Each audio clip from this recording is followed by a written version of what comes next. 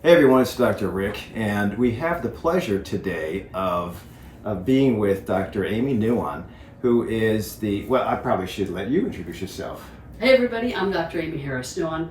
I'm the clinical director for the Center for Integrative and Functional Health and Wellness in Bloomingdale. It's my great pleasure to work with Dr. Rick. Definitely. Cool dude. Yes, when we're making impacts in our communities to hopefully ripple and change the way people live their lives, at least decrease the suffering, live lives better, and hopefully age, like we were talking about today, to a ripe old decade, and then not have any suffering. So Right. in this last window, which is between Christmas, I celebrate Christmas, and then New Year's, there's in the Filipino community, there's a lot of get-togethers. In fact, I'm sometimes uncomfortable with, full disclosure, I'm uncomfortable with parties, but we talked about the value of having family around. Mm-hmm.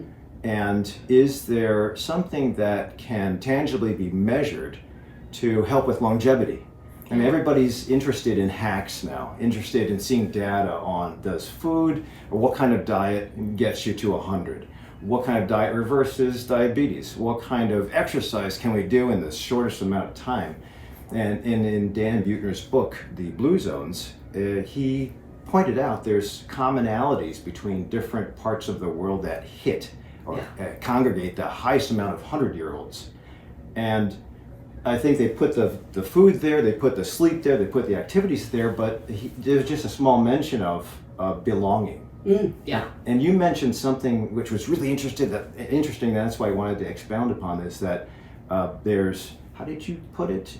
There's a correlation between the amount of close relationships we have in our lives with how well we can thrive throughout the lifespan. And what the research shows was that 5 people is the ideal number of close relationships to have in your circle. And that can include friends or family. But when we've got about 5 people in our circle that we can rely on, we're much more inclined to be happier, healthier, and more spiritually well balanced. And I found that really, really encouraging because it underscores the importance of getting together with people you care about. And again, it can be stressful, there's no doubt about it. Right. But I think when you put it in a perspective of weighing the value, which Dr. Rick, you said you think our culture definitely undervalues getting together as family because it can be perceived as so stressful, and sometimes it is.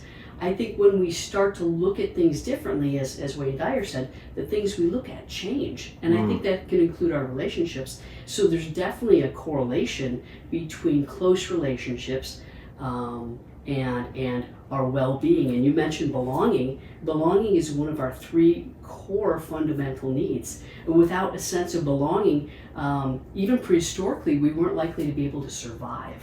Wow, lots to unpack there. So my viewers usually like to have numbers or buy this brand. So you mentioned 5 close relationships, and it can be family or not, or friends. Yeah, family or friends. So, or colleagues. Or even. colleagues too. Yeah. So I consider you my family, right? there you go, and mine as well. The if we can put that into a contextual, this is what you have to do, because I too, not only do I not like getting together into parties, I actually don't like talking in front of large audiences, but it makes me more, I guess, it increases my confidence, lowers my stress when I get to do this more often, knowing that there's other people that are hopefully changing their lives. Yeah, for But sure. when I'm with family, there is a little ramp up where it's like, oh no, we're gonna host this. That means I'm not gonna sleep right. Yeah. I'm probably gonna drink and eat like I don't usually do, and then how will that affect me? Sometimes the worry is, how will that affect my performance the next day if I have to work? Yeah. And all that just went out the window, though, as I was coming today to our office. I thought, you know what? There's got to be value. There has to be something that's tangibly measurable that Dan Buettner did not find. And we talked about functional MRIs. We talked about blood testing. I think that's the beauty of functional medicine, is that we can go above and beyond what standard medicine offers to figure out, are we in the right direction? Are we going downhill before we actually get to that cliff? Oh, yeah. I'd rather know ahead of time what's the best way to avoid falling off the cliff. Right. You know, I think you and I were talking earlier too about, you're talking about measurable things. There's great research that's validated and replicated that shows that when we measure our cortisol pre-hug and then after a hug, our stress levels decrease on average by about 7%. It's really remarkable. I get goosies when I say that because Right. here we're talking about close relationships, physical affection, a sense of belonging, and it absolutely lowers our stress. And when our stress is lowered, our inflammation is lowered, and what's increased then? Our longevity, our immune system, Right. and it certainly strengthens our relationship. So even emotionally and mentally, we feel better. We feel better right. when we're connecting. That makes a lot of sense. There was a study out of just not human interaction, but just relaxing or using nature to calm down. Japanese forest bathing showed the same result. If you hung out in the forest for 30 minutes, all cortisol and other inflammatory markers went down. And one thing that's really cool, if your cortisol goes down, and cortisol is not such a bad hormone, it's a necessary We need evil. it. Right, it's There's necessary. a time and place. But if it goes down, the other hormone that comes up is usually going to be testosterone, estrogen, progesterone, fully. So all you guys that are trying to hack getting old or erectile dysfunction, getting hormone replacement or T, I think that one of the easier levers to pull would be bring down the cortisol. Absolutely. And it might be, and also, you have to tell me this though, do guys have a tougher problem with hugs and being in group dynamic or family than women? You know, I think it really, I think a large part of it depends on your early environmental experiences. You know, people that are more accustomed to hugs, whether they're men or women, are just more comfortable as we age. Got it. And those who didn't grow up in environments where, you know, emotional affection was physically expressed, they may have a harder time. I think certainly in our culture, men have a more difficult time giving hugs to other men. Although that's changing, I'm glad to see, because again, your hugs can reduce your cortisol. Right. And here's the thing too, you had mentioned when our cortisol is more well balanced, you know, we just feel better. It can increase our T as well as other hormones. And that just makes us happier. And what happens when we're happier? We're in a better mood. People want to spend more time. You know, our partners want to, you know, there's an increase in intimacy. There's an increase in understanding. There's an increase in compassion and patience. Right, Things are right. just better. And that's without taking a supplement or a drug or a procedure. So that this is so fantastic that I think it's undervalued. I think behavioral health has always been a tough thing to sell to my patients when I was in standard medicine. Yeah. But I always try to get back to it. I think it's the well-rounded approach to having, even if you are not interested in becoming a centenarian, Sure. just reducing inflammation and disease. So if you look at the average American, by the time you hit 50, you've got high blood pressure, high cholesterol, and a hint of diabetes. And so you're already walking into your midlife to late life with diseases on your back. And if you wait even further, then the expression comes out. Oh, for sure. Versus interacting earlier, measurable or non-measurable ways, but just interacting and going with old school hugs and medicine. Absolutely. And you've also mentioned too that sometimes the environment or the hurricane that surrounds all of us is there, but you can actually change the way your lens interprets the hurricane, and you haven't done anything. You've just changed or rewired a couple things. You know, I want to tag team on that. It's interesting. This morning, we're actually dog sitting for a good friend. They're going to Disney World. But, so we've got 3 dogs in our house, Dr. Lucy, Dr. Sutton, and then we're babysitting Reese. And I said to my wife this morning, I said, wow, it looks like a hurricane blew through this, because there's dog toys everywhere, there's extra beds. And, you know, I get stressed when kind of things are out of order. But then I said to her, I said, you know what? I wouldn't have it any other way. I changed my lens. I changed the way I was looking at it, right? Instead of being stressed and looking at it as, look at this mess, I decided, I said, you know what? We have a really wonderful family. And I felt so blessed. and I gave all the dogs a hug, and I immediately felt better because I changed the way I was looking at my environment. And value of family too. It came right back to, like, here's my little nuclear family with our dogs and my wife, and I got my morning off to a great start, honestly. And just because I decided to think about it differently. Right. Perception. So nothing else changed in your house. The dogs are still there. The stuff was still there. You just changed the way you interpret or perceive it.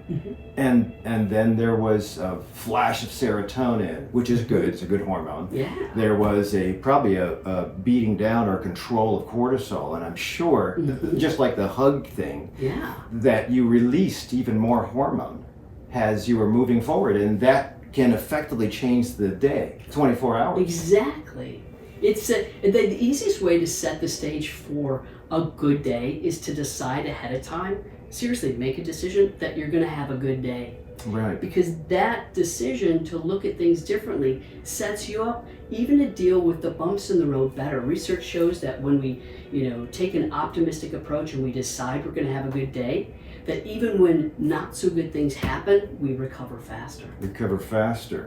Oh, there's also a study where they took a standard virus, rhinovirus. They injected it into some folks, they injected it into folks that are stressed, folks that were unstressed, and the stressed folks had a bigger response and more aggressive response to the virus. Yeah. So it even translates to immunity. Oh, for sure. Maybe turning off autoimmunity or just boosting up your immunity to COVID, influenza, inflammation recovery. All of it. I think even sleep, and again, going to the shortcuts, guys and gals that are trying to get the hacks to be youthful again, another lever that you can pull is sleep, and sometimes in peace or with peace. Yeah. A good night kiss, a hug from a grandkid. That's right. You sleep deeper. Oh, for sure. Yeah, and when you're getting good, deep sleep, good REM sleep, your immune system is much more bolstered. You're likely to wake up in a better mood. You have more physical energy, more mental clarity. Sleep, it's underrated, but wow. it definitely needs to be, put more of a value on a good night's sleep. Which brings me back to why I initiated the whole conversation is, it's always nice to have data. It's always nice to have randomized controlled trials or Mendelian randomization. It's great to have that and know how to interpret it, but it's still the old school approach of eating right, sleeping regular hours, paying respects to your elders, and then protecting the kids is interacting is very important. Yeah. I don't know that they have measurable data like that. You know what? I'm going to do some research. I'm going to find out. I wouldn't be surprised if they do. I know, one of the great things about psychological research is that more and more of it is being done to support the mind-body connection. For example, how does your body respond with, turning on or off inflammatory markers, as it relates to where you are mentally and emotionally. So I'll dig up some stuff for you. Excellent. Well, maybe we'll have to have a second part to this thing. Absolutely. So I didn't introduce you properly, but you are a psychologist.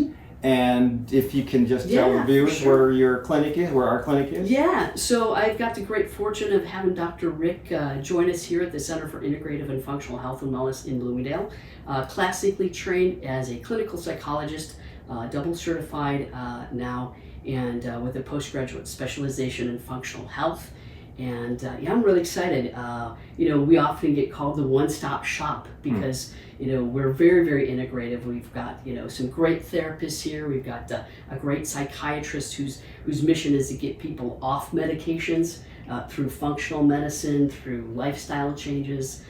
We've got our family physician and sports medicine fellow. So we've got a great team, providers, naturopaths, chiropractic physician here. We're blessed, but the goal is to really focus on that holistic health. Right. And to your point, it all comes back to the fundamentals. Right. Oh yeah. Working with a really good team of providers that's always current in the research, cutting edge in the interventions, and focused on health and wellness. There's so many options outside of conventional medicine. It's really quite an exciting time. Definitely, that's the message I want to get up to people too. Is a lot of folks are just entrained to go to where your insurance will allow you to go to, and I think that's fair. But sometimes it takes a little bit of investment outside that to be truly well, Oh yeah. or at least long-lived and interactive.